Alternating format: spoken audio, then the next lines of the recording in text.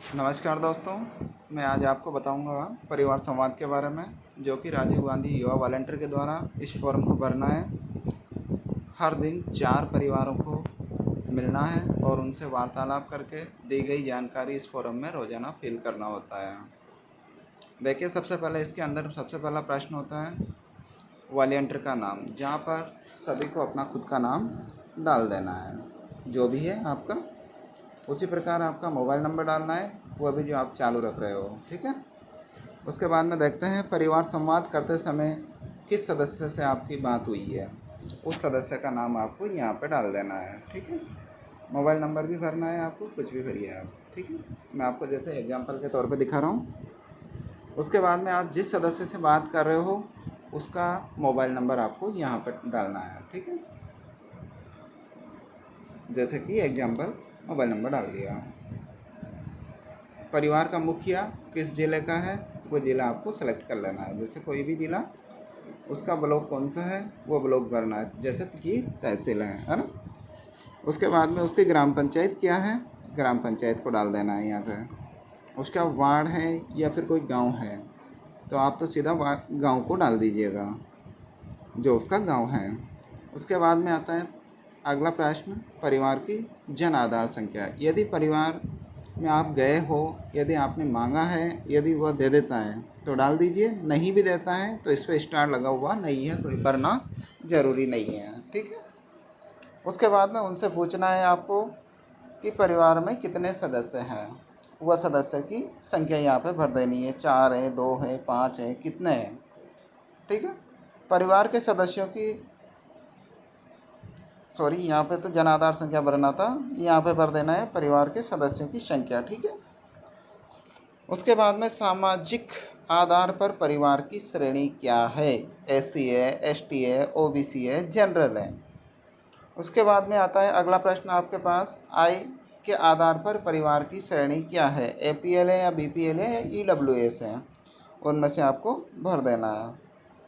परिवार की आय का स्रोत क्या है, कृषि पे आधारित है या वेतन भोगी है या स्वयं का कार्य है, धंधा, नौकरी है, क्या है, वो आपको उससे पूछ करके भर देना है। जैसे कि मैं कृषि कर देता हूँ, ठीक है।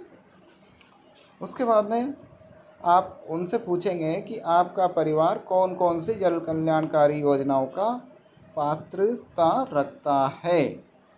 तो जैसे कि पात्रता रखता है, मैं आप जैसे कि 25 लाख तक का मुफ्त इलाज हो गया, सैनिटरी पैड। उसके बाद में निःशुल्क दांत जांच हो गई। उसके बाद में अगर उस परिवार में वृद्ध व्यक्ति है, पेंशन मिलती है तो वृद्ध पेंशन हो जाएगा, विधवा महिला है तो वो हो जाएगा। ऐसे सभी उनसे जानकारी लेते हुए आपको पूछना है और उस पर टिक कर देना है। इसी के साथ जैसे आप नीचे स्क्रॉल करेंगे, नीचे आता है आपका परिवार कौन कौन सी जन कल्याणकारी योजनाओं का लाभ ले रहा है। यहाँ पे समझना है, ऊपर तो पूछा जा रहा था किसका पात्र है और नीचे पूछा जा रहा है लाभ ले रहा है। अब यदि वह जैसे आंगनबाड़ी वाले कार्यकर्ताओं के द्वारा उसे नैपकिन दिया जाता है तो वह टिक कर देना है। वह अगर जांच करवा के हॉस्पिटल में कोई भी आ रही बीमारी के अगर इलाज करवा रहा है, दवाई ले रहा है, ऐसे पेंशन ले रहा है, या फिर कोई भी जैसे कि बिजली का बिल उसके खेत का है या कोई परिवार घर का कनेक्शन है उसमें उसको 100 यूनिट है, ऐसे जो उसको लाभ मिल रहा है उस पर आप उससे जानकारी लेते हुए इस पर क्लिक करते हैं, ठीक है। नीचे आते हैं इन योजनाओं से आपके जीवन में सुधार आया है।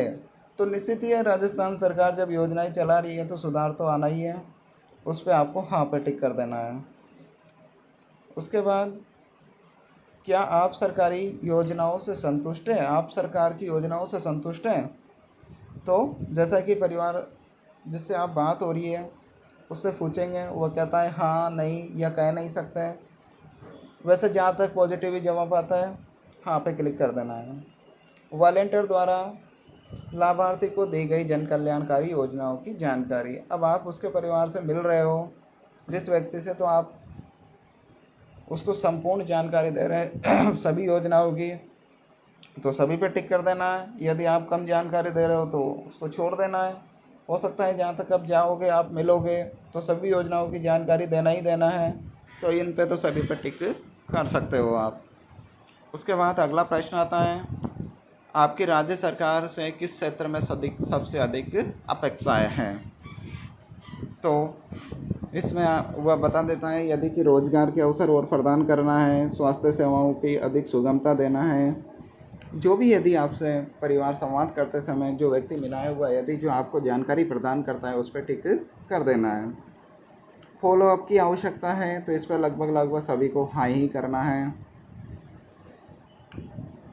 अगला प्रश्न है, आपका राज्य आगे बढ़ रहा है, हम चाहते हैं आप भी राज्य के साथ आगे बढ़े, कृपया बताएं कि आप किस क्षेत्र में आगे बढ़ना चाहते हैं। तो कृषि आय है, उच्च आय देने वाली कौशल वाली नौकरियां हैं, नया व्यवसाय स्थापित करना है, अपने मौजूदा व्यवसाय को बढ़ाना है, या परिवार संवाद के समय उनसे पूछेंगे और जानकारी लेते हुए इसमें फिलअप कर देंगे।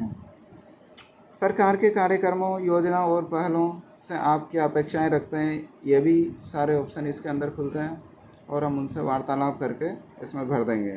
ठीक है, नीचे आ जाता है